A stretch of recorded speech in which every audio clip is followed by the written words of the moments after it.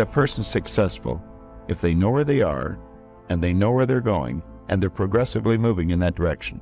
Success was the progressive realization of a worthy ideal. Anyone that has a goal and they're moving towards it, they're successful. But I think we're conditioned. We have a real strong conditioning, usually with not some very good ideas. Because we lack awareness or understanding of who we are, we're totally locked into a physical world, and we let things outside of us control us. 95% of the population are reacting to life. They're not really living at all. Philosophy, as I taught the last time I was here, philosophy, in my personal opinion, is the major determining factor in how your life works out. Philosophy, the major determining factor in how your life works out. To form our philosophy, you gotta think, you gotta use your mind, you gotta process ideas. And in my opinion, each person's personal philosophy is the major factor in how your life works out. Here's what I called it in that last presentation when I was here. It's called the set of the sail. Each person's personal philosophy is like the set of the sail. Now, I used to think it was circumstances that ordered my life. I used to blame the traffic, the weather, I used to blame circumstances. So I figured that, my future was going to be tied to what everybody else was arranging, the economy. And, you could turn around, go north, you can go east, you can go west, you can order the entire process of your own life. And we do that by the way we think. We do that by exercising our mind. We do that by processing ideas and come up with a better philosophy, a better strategy for our life, goals for the future, okay? Plans to achieve those goals. All this comes from developing our philosophy. I don't know how to start improving my life. Someone might say that. And I would say, well, you're not aiming low enough. There's something you could do that you are regarding as trivial, that you could do, that you would do, that would result in an actual improvement. But it's not a big enough improvement for you, so you won't lower yourself enough to take the opportunity. The point is, your best strategic position is, how am I insufficient and how can I rectify that? That's what you've got. And the thing is, you are insufficient and you could rectify it. Both of those are within your grasp. If you aim low enough. Time and dedication.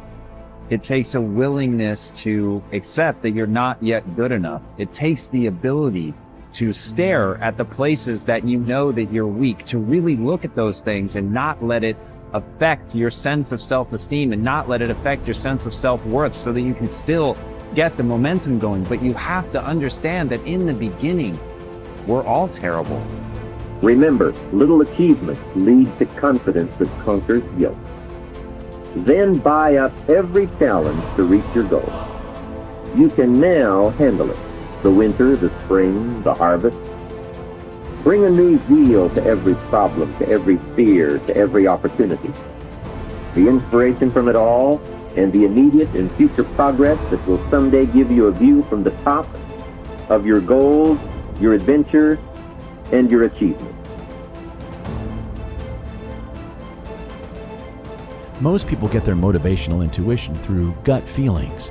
Thinking things through often prevents us from digging deeper and following our intuition. Those who consider themselves realists tend to see their objectives with a practical approach. For them, listening to their gut feeling is trivial, even fearful. The easiest way to find motivation in your intuition is to shun the thoughts that are created to play safe, some of which include common sense or I should have. By entertaining these thoughts, you are inhibiting your potential and deflecting. As a result, you are shutting yourself from experiencing your real intuitional motivation. Whether you are looking for motivation to relieve a midlife crisis or overcome a common obstacle, your role your motivational instincts play is a deciding factor in your life's journey. Let's look at it from a different perspective. While the idea of digging deeper into your soul is largely overstated, it is not the only way to find inspiration and motivation.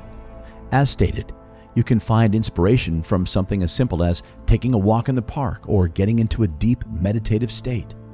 By facing your thoughts and acknowledging your feelings at every turn, you can strengthen your motivational intuition and stay inspired under any circumstances. Ultimately, it's important to take it one step at a time. If you feel motivated, you are likely to get excited and get one grand idea. If you cannot execute it to perfection, divide it into smaller steps that are attainable and realistic. Take time to learn. Develop a growth mindset. The best approach to self-development is to take things slowly and advance at your own pace. The gravest mistake you can make is focusing on quick fixes.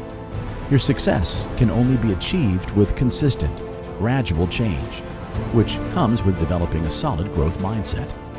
Despite different temperaments, learning abilities, skills, and talents, most of us can develop a growth mindset to stimulate our personal development. Fixed versus growth mindset. The first step in cultivating a growth mindset is learning to distinguish it from a fixed mindset. A person with a fixed mindset is often stuck with preconceived notions and is unable to grow from their experiences. They may suffer from creative blocks or fail to find inspiration. In extreme cases, they may develop mental health conditions such as chronic anxiety and depression. Having a fixed mindset inhibits not only your mental health, but also your growth potential. If you cannot accept constructive criticism, are threatened by other people's successes, or tend to give up easily, chances are you have a fixed mindset. By contrast, developing a growth mindset allows you to embrace challenges and enrich your curiosity. You are eager to find inspiration, learn, and accept criticism without taking offense. The best way to stay motivated and avoid repeating the same mistakes is by reflecting on your past. Amend your past mistakes and redefine your mindset as you seek self-improvement.